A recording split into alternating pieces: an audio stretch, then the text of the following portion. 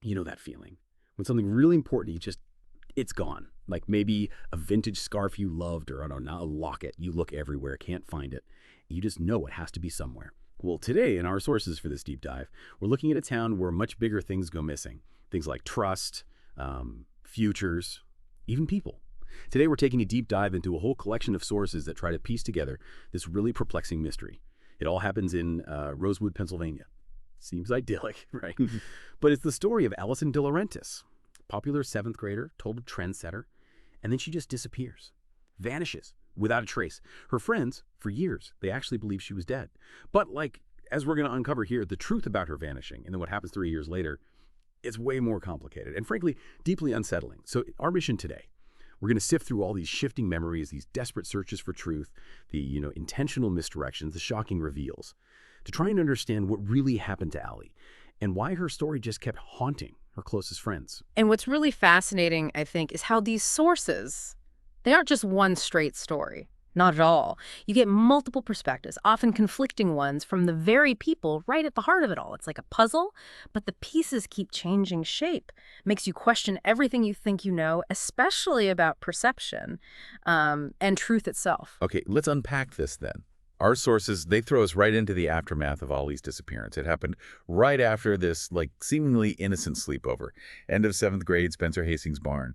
But even then, you get these hints that things weren't quite so perfect with this group. What was really going on there, even before she vanished? Exactly. The sources, they paint this really vivid picture of Ollie. She was, the ultimate queen bee at Rosewood Day. She kind of plucked her friends from obscurity, gave them status, but she also... well, she used their deepest secrets to control them.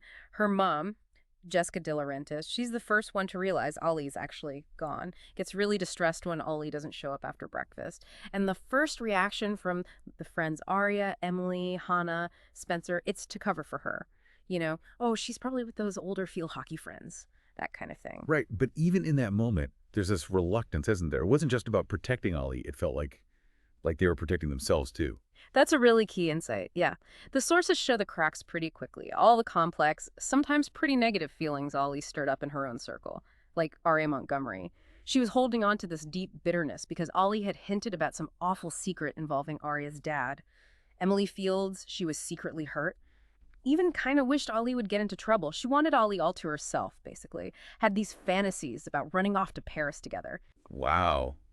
Intense. Yes. And Spencer Hastings, always the independent one. She was just tired of Ollie controlling everything. Remembers Ollie trying to hypnotize her the night before. Hypnotize her, okay. And Hanna Marin, she was terrified. Ollie would just drop them, expose her secrets, like, her past struggles with her weight, or worse, that really serious incident where they accidentally blinded Jenna Kavanaugh with a firework. Oh, right. The Jenna thing. Exactly.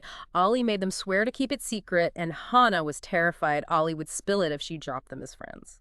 So with all this this tension bubbling underneath, what does that tell us about her disappearance? Was she really just off having fun, like Emily sort of weakly suggested?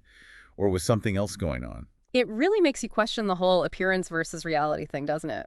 The girls downplayed it to Mrs. De Laurentiis, but the sources mention Ollie's mom saw her looking upset in the kitchen doorway that night. Hints at something deeper, maybe. And then there's this detail. Seems minor at first, but becomes absolutely crucial later. Emily notices this vaguely familiar black vintage sedan parked near the construction vehicles in the De Laurentiis' backyard. They were building a gazebo. A black sedan. Okay. Yeah, just a quiet detail. Easily missed.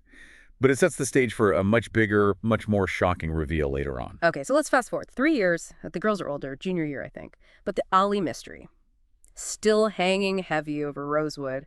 Then everything just explodes, literally. Huge fire in the woods behind Spencer's place. And in all that chaos, something terrifying, almost unbelievable happens. They all think they see Ollie. This is where it gets really interesting, isn't it? The fire acts like this powerful catalyst. It just forces all that unresolved trauma right to the surface. It's fascinating how a shared near-death experience could trigger such a strong collective, hallucination maybe, if that's what it was. Emily, she's still clinging so hard to the idea Ollie's alive, she actually tells the police officers she saw Ollie in the woods. Which, yeah, you can imagine how that went down. Raises a lot of skepticism. Immediately, yeah. And the town gives them that nickname, right? Pretty Little Liars. Yeah. Basically saying, we don't trust you. But this shared trauma, It sends each girl off on these new, very personal, often terrifying paths, and they're all being manipulated by A, this mysterious texter who keeps insisting Ian Thomas, an earlier suspect, didn't kill Ollie. Yes, exactly. And the sources are meticulous here. They detail how A just preys on each girl's specific vulnerabilities, turns their fears against them. Spencer, for instance, she's in the hospital, smoke inhalation. Her parents, suddenly being super caring, drop this bombshell family secret. Turns out Spencer was conceived via a surrogate, which explains why her grandmother cut her out of the will, totally rocks her sense of identity. Wow, okay. Then Hanna, her dad gets this letter, supposedly from a doctor, but Hanna is sure it's from A, and he commits her to the Preserve, a mental health facility. The official reasons are PTSD, eating disorders, stuff linked to her past, including when the original A, Mona, hit her with an SUV. Hanna just feels trapped, targeted. So A is using past trauma against her. Absolutely. And Aria, her dad suggests maybe Ollie's ghost is trying to communicate. So Aria goes to this mystic spirit shop, attends a seance. The medium claims Ollie knew Aria wanted her gone and was sad. Aria thinks he's a fraud, especially when he mentions a non-existent boyfriend. But then this chilling detail sticks with her. The smell of Ollie's vanilla soap and a missing persons flyer of Ollie just appears in the bathroom. Whoa, creepy. Yeah, it forces Aria to confront her own complicated feelings about Ollie from way back. So each girl gets pulled deeper into this web. They think they're solving Ollie's mystery, but really they're just following A's breadcrumbs, aren't they? It's pure manipulation. Indeed. The sources really hammer home A's manipulative genius. A doesn't just invent stuff. A uses existing insecurities, existing fears, feeds each girl clues tailored just for them, creates this total chaos of conflicting theories. Each one thinks she has the answer, but they're all being pulled further apart. And the way these individual searches play out is just wild. Take Emily. Alice sends her off to Lancaster County, Pennsylvania, tells her to pose as an Amish girl, Emily Stoltzfus. Seriously. An Amish girl. Seriously. She goes there hoping to find Ollie somehow. Meets this local girl, Lucy Zook. Lucy's sister, Leah, went missing 4 years ago, on June 19th, Wait, June 19th. the day before Ollie vanished. And get this, Leah's ex-boyfriend was Darren Wilden, Rosewood PD. He had this distinctive 8-pointed star tattoo, same symbol found on Leah's gravestone. No way. So Emily puts it together, or thinks she does. Wilden killed Leah, buried her in Ollie's grave to fake Ollie's death.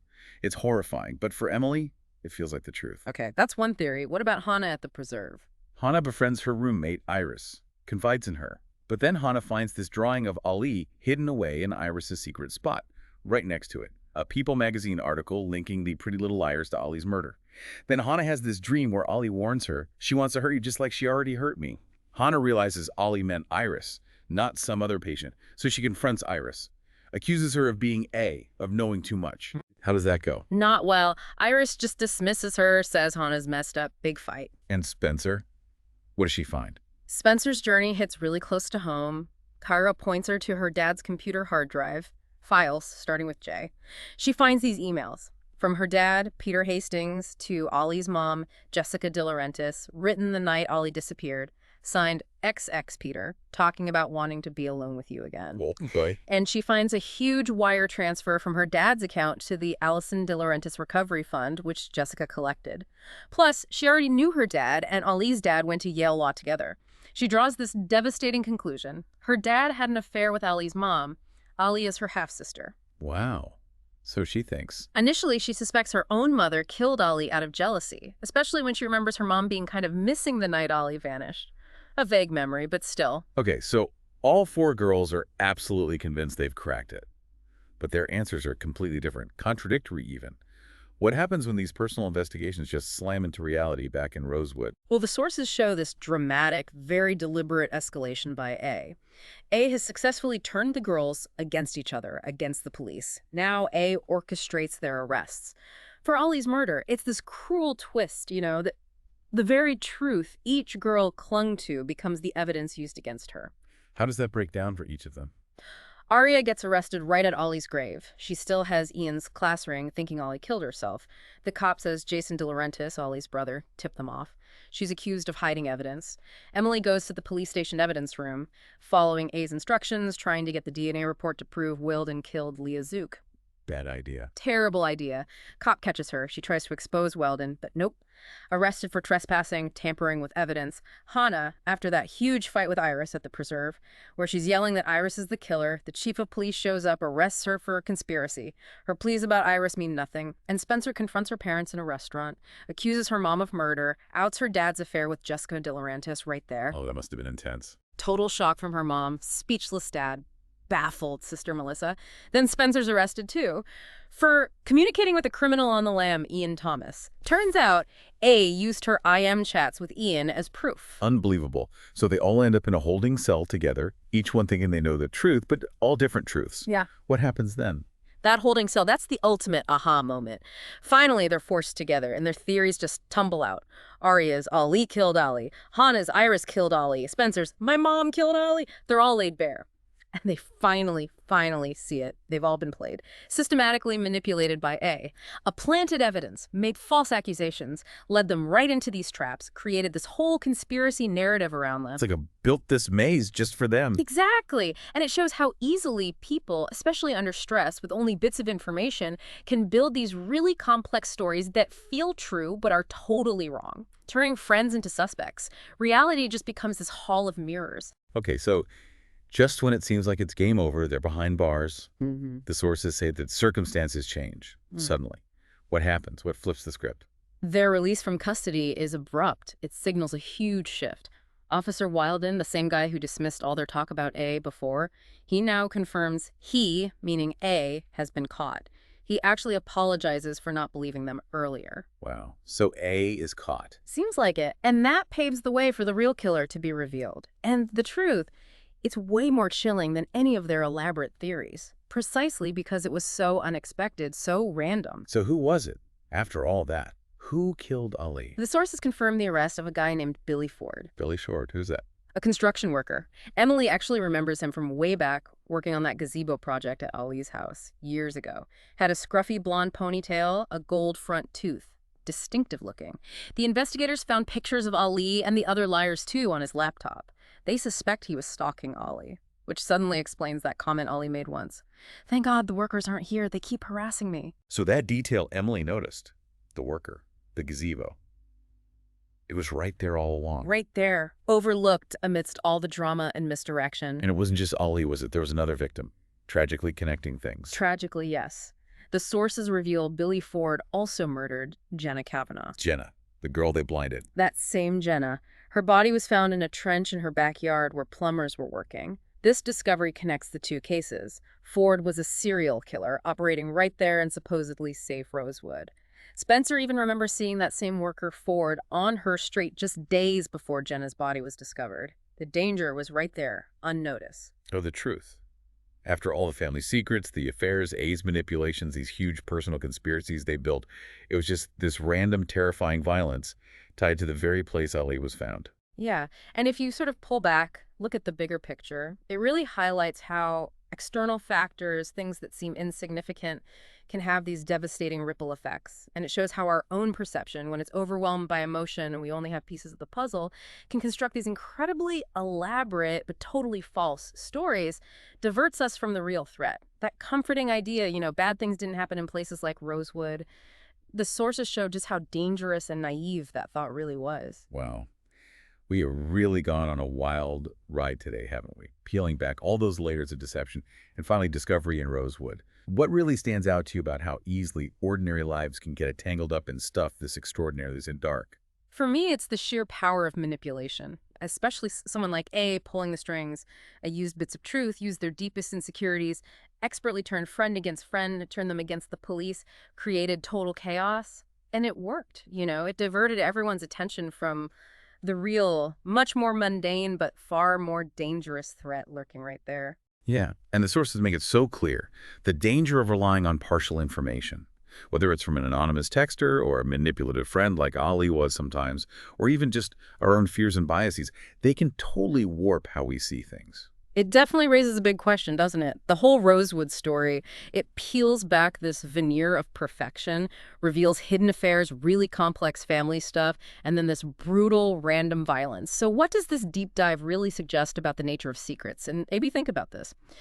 How do secrets, once they're buried, eventually find their way out, no matter who tries to keep them hidden or how twisted the distractions get?